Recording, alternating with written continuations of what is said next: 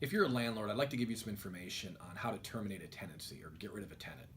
In California, there's notices that are required under certain circumstances. First, so to understand this is if you have a lease that expires on a certain date, technically on that date the tenant's supposed to vacate. You don't have to provide notice. However, it is a good idea to stay in touch with your tenant, of course, and give them a courtesy notice that you are expecting them to be out of the property. Again, though, it's not required. They have to leave on the date if it is a certain date within the lease. If you do accept rent after that date, it becomes a month-to-month tenancy. This is a periodic tenancy. In that circumstance, the rules are a little bit different. If there's not a date certain on the lease and they've been there for less than a year, you're required to give them a written 30-day notice that tells them when they've got to be out.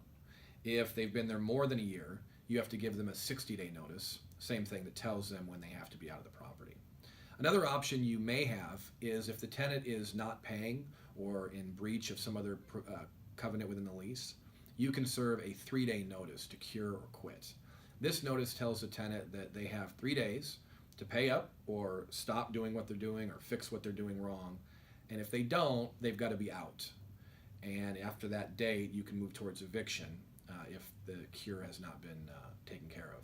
If they do pay you, however, you do have to start the process over again. So you'd have to serve a new notice if you still want to move towards eviction, for example, if you receive less than full payment.